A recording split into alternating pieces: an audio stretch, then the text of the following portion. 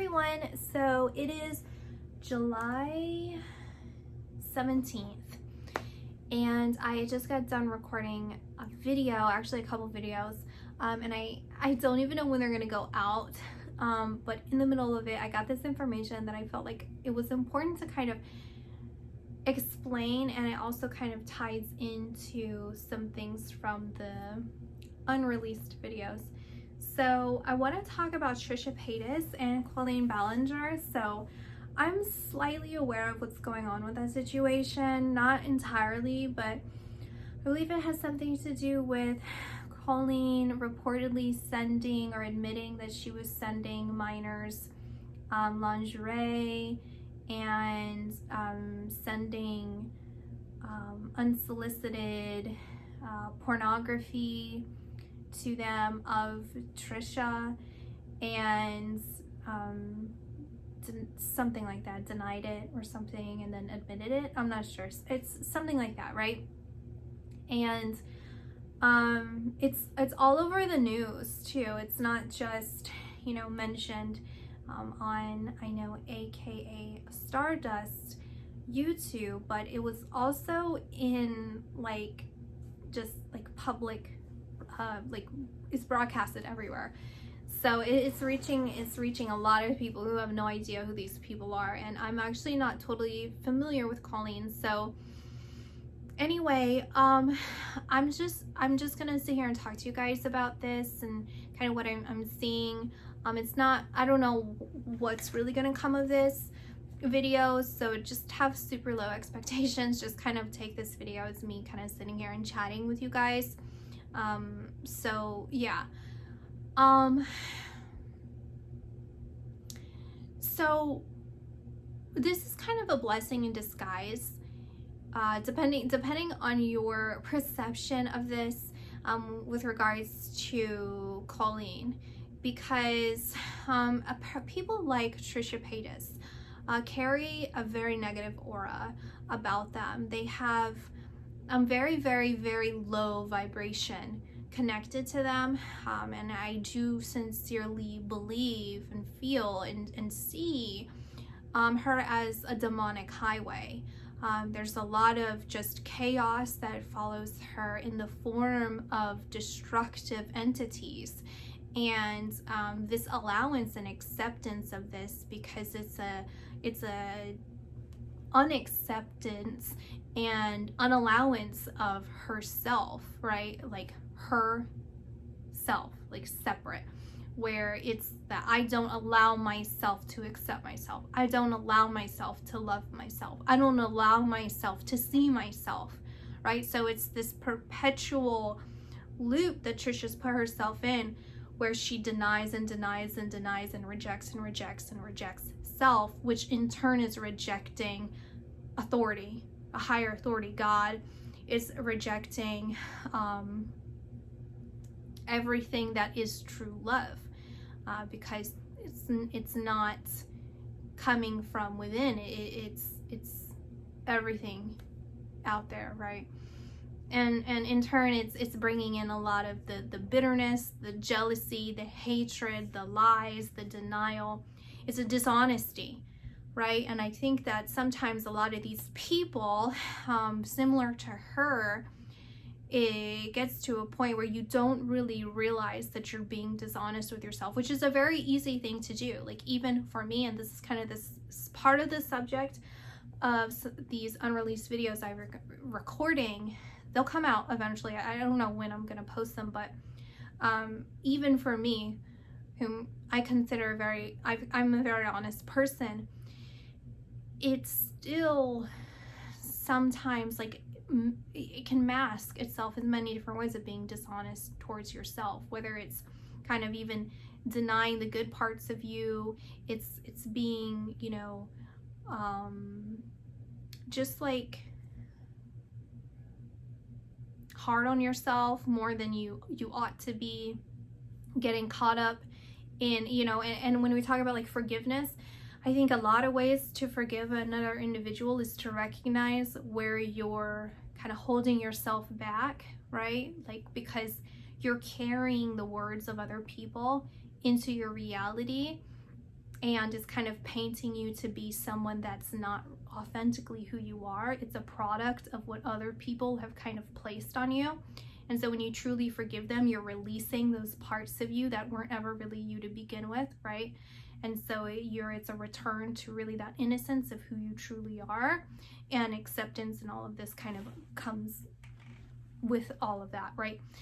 And so anyway, so with Trisha, and I've said this multiple times, and you know, it's like this push and pull within myself, because it's like her destiny, I do feel, and she's just like secured it further and further and further, is this downward spiral for lifetimes. I see particularly three lifetimes before it kind of starts. It looks very, very shaky after 3 lifetimes, where it's kind of like, it looks like it's like a ship, or it's like a spaceship or something that's like cracking.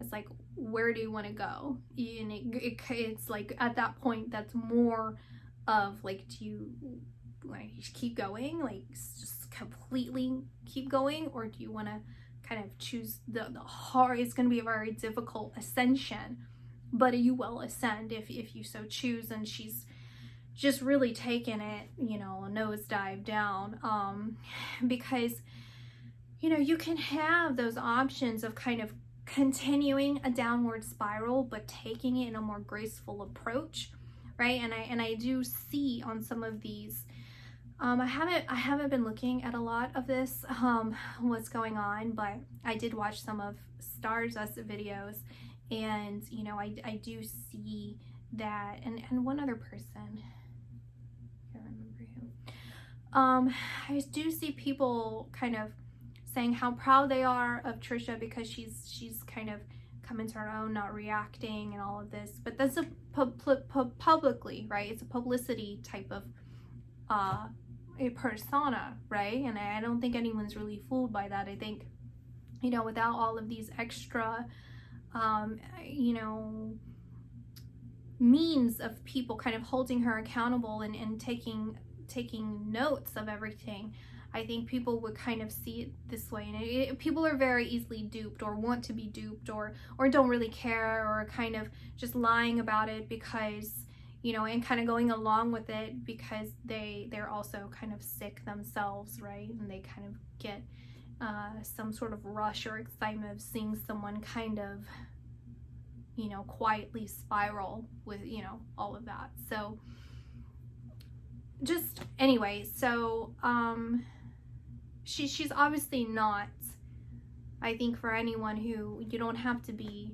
you know, anything. You could just be a regular intuitive, empathetic person, or empathic person, and know, right, that stuff doesn't disappear. If anything, it's finding ways to kind of hide it even more. It becomes a lot more sinister in those ways. In my opinion, this is what I believe is going on, right? This is how I feel. With regards to this situation, I think it's kind of secured her in the sense of saying, okay, well, now this is even more proof you never take accountability, you never tell the truth, because look at the consequences that happen when you tell the truth. People will start holding you kind of like a pitchfork, you know, like they really start getting super angry when you admit the truth. If you kind of deny it, or you kind of gloss over it without being specific, then you can ride a little further. And that's doing more damage to you in the long run, especially spiritually speaking. That's more damaging than it is for someone like Colleen. So that's where the blessing in disguise is going on, is because Colleen, I feel,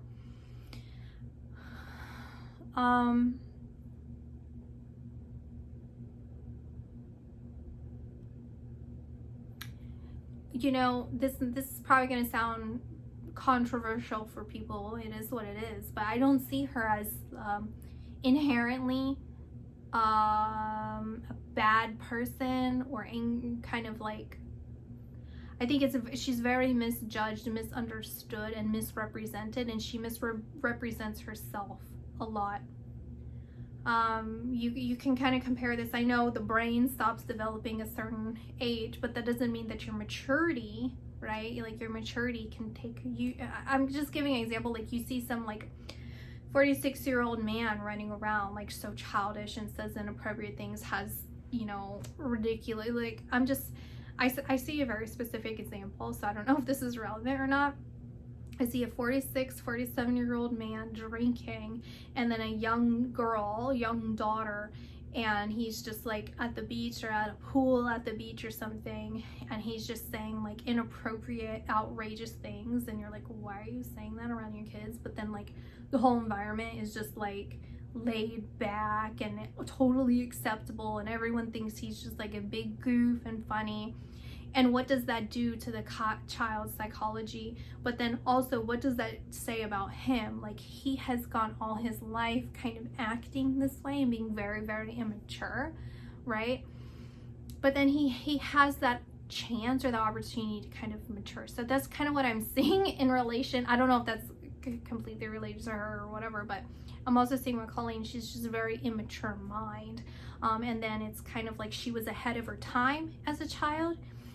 So she has like this complexity about her and a complex humor, and it kind of manifested into like self-degrading humor, and also humor as like mean girl humor, or like kind of just like, but it's kind of like, but that's the funny part about it, is because I don't mean that I'm mean, but it is mean. Then people think I'm mean, so then I just allow myself to be mean, but I never really meant that to begin with. But it's like I was never really understood. It's like that. It's kind of like this like young humor. I kind of see it as like young humor now, where it is a more complex undercurrent or understated, I don't know what the word is, humor that people have now that wasn't around like during my time, and like, you know, wasn't really understood. So I see this as a really big moment where Colleen has the grace to change. She has the choice to change, and I do see it's like, this is such a blessing. Like when you compare it to Trisha, it's like Trisha is continuing this personality, online personality, this YouTube personality. She's continuing to do the same things she's always done, and it doesn't really, she's not expanding, right? She's not expanding mentally, she's not expanding spiritually, she's not expanding socially, like in her social circle, her friendship. There's nothing profitable, right, in her life. It's just kind of going. Is that making sense? While Colleen, she struggled, is what I'm saying. She struggled in her superstardom. She struggled in her public authority. She struggled in that because it's this feeling of not really knowing herself or loving herself or understanding herself, and then having the maturity and also the opportunity. She had the opportunity to mature, but when she entered into this at a certain age, then it kind of just, it's more difficult. We'll say that. It's more difficult to kind of, I mean, you can compare it to like these, it's just, it's a more complicated situation. And so, yeah,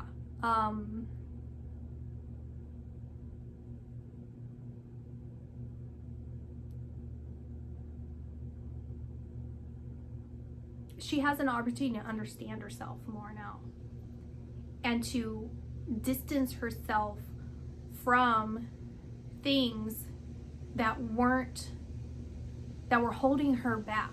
It was holding her back, right?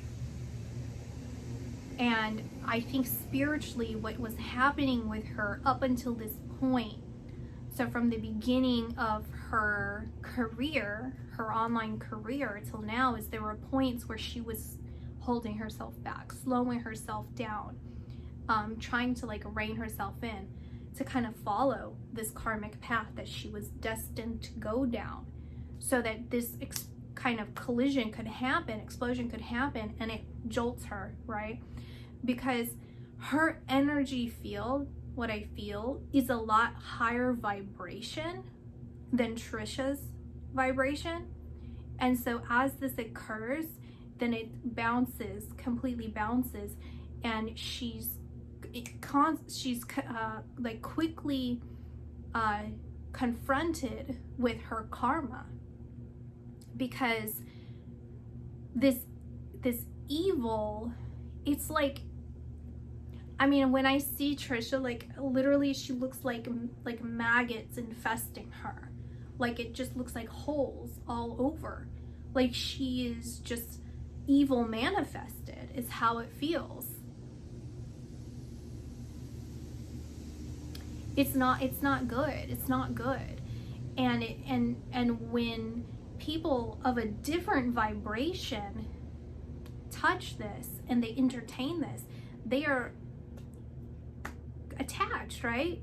It's kind of like someone who, like when you go visit an exotic country and you eat their food, you drink their water, and all of a sudden you're hit with traveler's problem, stomach problems, because you're not used to it, right? Your body doesn't have an immunity built up against that kind of stuff, which is a good thing in this case. You're not infested with all of these different bacterias, you know, and worms or whatever it is. And so you can't handle it, right? And so that's what I'm seeing here, is she can't handle that low of a vibration. And so what she's doing now is it's a blessing, because it's causing her to confront this and heal it. She has the choice and the opportunity to heal this and send herself on a very cleared path. She can clear this out and continue and evolve and mature and solidify herself in like kind of understanding herself more. This is giving her an opportunity to really see herself in a more like appreciate herself more. And you know, again, I know this is controversial because all the stuff that she's done, which is, it's not right, you know, the things that she admitted to and everything, that's not right to do. But I do feel it's a very, very, very, it's because she's just didn't, insecurity, she's very insecure. She doesn't know herself. She's immature. And I don't mean this in like so many digs at her.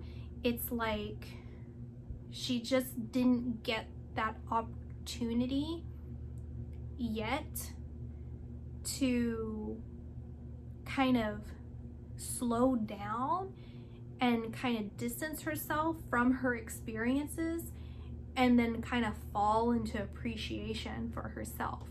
So it comes out in this kind of messy way. So it's a very good thing that she has this like dark part of her, those dark unhealed parts of her that saw herself in Trisha, because Trisha, as a manifestation of satanic type of energies, you're going to see that reflected in you, all the dark parts. It's seductive, right? Evil is going to show itself in many different ways to kind of bring you in. It's going to be mysterious, it's going to be seductive, it's going to be entertaining, it's going to be it's like fast food, right? It's this temporary high, this quick little kind of unfulfilling kind of thing, but it feels like, you know, if you don't, I mean, I don't really have to keep going into it. I think you kind of understand where I'm going with this. And so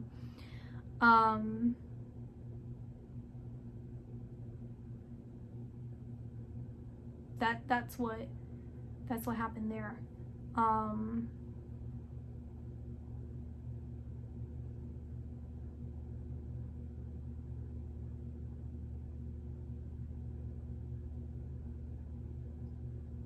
Okay, so that's what I have to say.